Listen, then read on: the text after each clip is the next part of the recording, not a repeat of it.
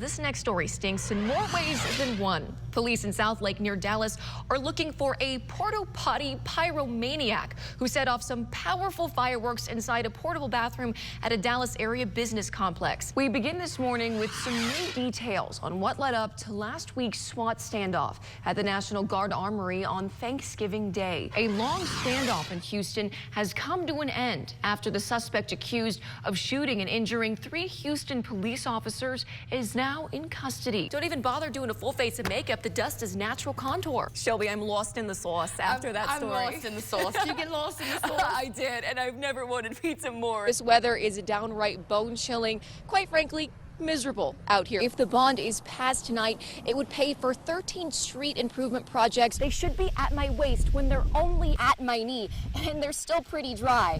But as for the crops left to Mother Nature, those fields look like this. Last night, yours truly was featured on The Tonight Show in Jimmy Fallon's monologue. Let's take a look. One theater in Texas had an unexpected issue during a screening of the movie. Watch this. During a showing of the new movie, The Batman, this weekend in Austin, an actual bat infiltrated the theater.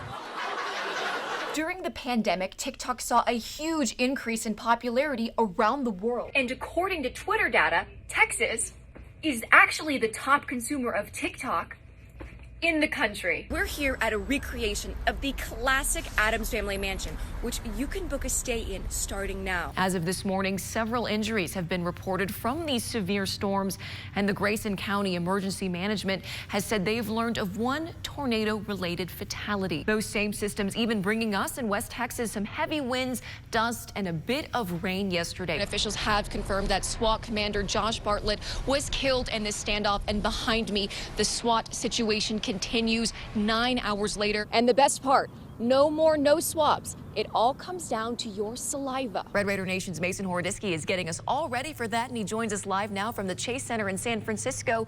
Mason, what is the mood out there this morning? This, as Monday's severe weather across North Texas did actually help all those wildfires burning in Eastland County, but it did not extinguish the fire. Now, before you think today is just any other Tuesday, get this. This is actually the most exceptional date in over a decade.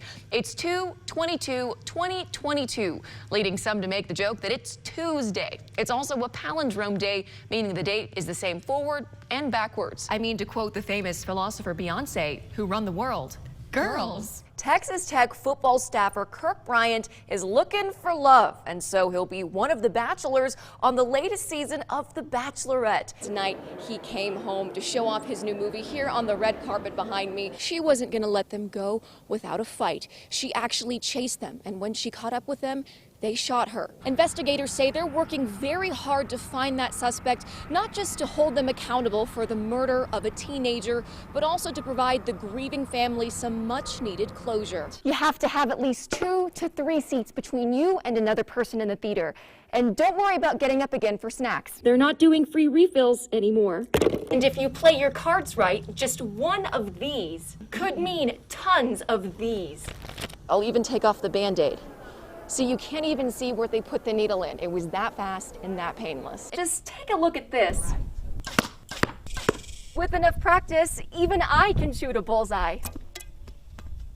Another case of the Omicron variant has been confirmed here in the U.S. this morning. Another school shooting incident yesterday afternoon. This time, a teenager killed in Iowa. Neighboring West Texas community in shock this morning after several historic buildings in their courthouse square were completely destroyed in a fire.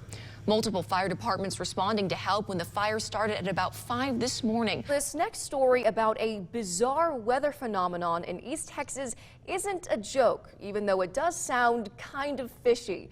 You may have heard of raining cats and dogs and maybe even raining men. But what about raining fish?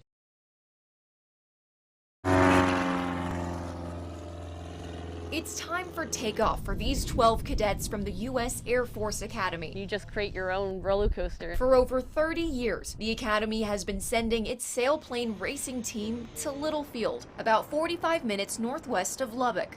The team's saying Littlefield is actually one of the best places around the country to practice taking to the sky. There's great weather, there's very little air traffic in the air, they may end up having to land out in a field. And it turns out there's a lot of great fields to land in around here. The cadets are flying in these gliders, sleek machines that look straight from a space movie. But there's one catch to flying them. You're up there without an engine. The captain said it. They fly without an engine, and they can go up thousands of feet and stay in the air for up to 6 hours. Sometimes it can be quite peaceful, and other times it can be quite a challenge. The gliders are all about the weather, the wind, and what's called thermals, rising air that comes off the ground and helps the plane climb. But if Mother Nature changes her mind, you could be in trouble. If we're really, really high up there, like 17,500 feet, you'll look out of the canopy and you'll be like, wow, yeah, we're pretty far up, and I have about 3 inches of plastic between me and that. But how does a plane take off without an engine? Well, I got to go up to find out firsthand, thanks to the folks with the Caprock Soaring Club in Littlefield, who took me up in one of their gliders. The club sponsors and helps the cadets every year. All the way back slowly. So now I'm strapped into the cockpit and we are just moments away from takeoff. And if you take a look, you'll notice that my plane is tethered to the plane in front of us. And when that plane takes off, it will literally pull us into the sky, and then that tether will release and we'll be gliding. After some safety briefings, we were off.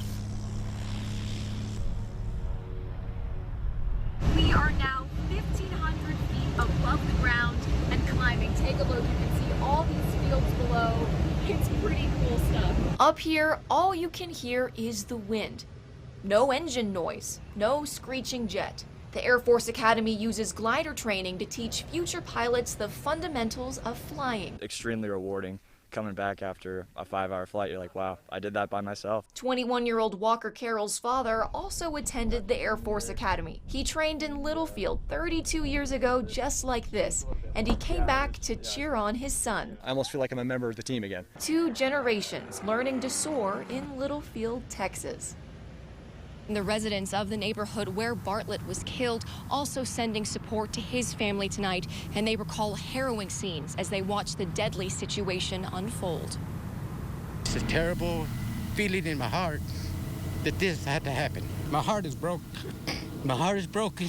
A community still shaken in the aftermath of Thursday's standoff. For more than 10 hours, this neighborhood transformed into a tense and tightly locked down SWAT scene. I was nervous and I was kind of like scared because all the action was coming towards me. Some neighbors were forced to evacuate their homes. Residents like Roberta Munoz, who took this video, were trapped inside by the gun battle going on a few doors down. We actually got barricaded into our home about 3 o'clock, and we were no longer allowed to exit our homes, be in our front yards. I shelter my kids pretty much, and this isn't something I would want them to experience. Unfortunately, I wasn't given that option. The standoff ended at around 11:30 Thursday night when officers were able to force the suspect, 22-year-old Omar Soto Chavira, out of the house where he had barricaded himself. A cashier at the nearby Tobacco Express Liquors knows Chavira, and she says he had been acting strangely for a month. He just came in here, he kept on calling himself a demigod and said that we were his followers. He just kept on saying that he was God. We knew he wasn't right mentally. DPS also gave insight into what neighbors saw Chavira doing in the moments before the violence started. It seemed like he was acting weird, that he was kind of walking around and laying down on the ground, leading up into this situation. DPS says the Texas Rangers are now taking over the investigation, with other agencies helping. I'm just glad that the law enforcement and the state police and the SWAT team, they took care of the problem. Tragedy like this happens, and we really appreciate everybody coming together to assist, not only the family of Sergeant Bartlett, but, his family in blue also. All too common during the pandemic. We've seen stories of families separated by COVID-19, especially those in nursing homes, which can turn into coronavirus hot zones overnight. But one of these stories hits home for me and my family. At the start of the pandemic nearly 2 years ago, my grandparents lived in the same nursing home, but had to be separated for months out of virus concerns. In October of 2020, I had the honor to share with you the story of their reunion. Now, in hindsight, a reunion all the more precious. My grandmother passed away last April after a long battle with Alzheimer's, just 6 months after that story aired. And last night, my grandfather passed away suddenly after a very brave battle with COVID-19. In their honor, I'd like to show you their love story once again, which now continues in heaven. We've been in love since I was 14 years old, and the love never faltered. High school sweethearts Bobby and Joyce Myers have been married for 68 years. They have 2 kids and 4 grandkids, including me. Their marriage has survived over half a century, including Bobby's service in the Army during the Cuban Missile Crisis. She was a very beautiful girl, and she was sweet. We really immediately fell for each other. But the last few years have been the hardest yet. Joyce has Alzheimer's, and her health forced the couple to move from East Texas to Houston, where they live in Buckner's Parkway Place senior living community. She lives in one wing, he lives in another. He'd visit her every day until the pandemic slammed her door in his face. In March, her unit was locked down to prevent the spread of COVID-19 among high-risk patients. For months, Bobby was unsure when he would hug his wife again or just touch her. And with her Alzheimer's getting worse, he worried if she would even remember him. I was afraid that she might forget me. Until now. Bobby Myers. Joyce Myers. You got her, Bobby Myers. My sweetheart. Oh, I wish I could kiss you. To his relief, she knew exactly who he was. It was just wonderful because I missed her very much. With new orders from state health officials, visitors can now enter Texas nursing homes with special guidelines. We were just thrilled to be together again. Reunited after the lockdown that started 6 months ago, they spent an hour and a half holding hands and making up for lost time, only getting more and more precious. My first and only sweetheart. Laughead, KMAC News.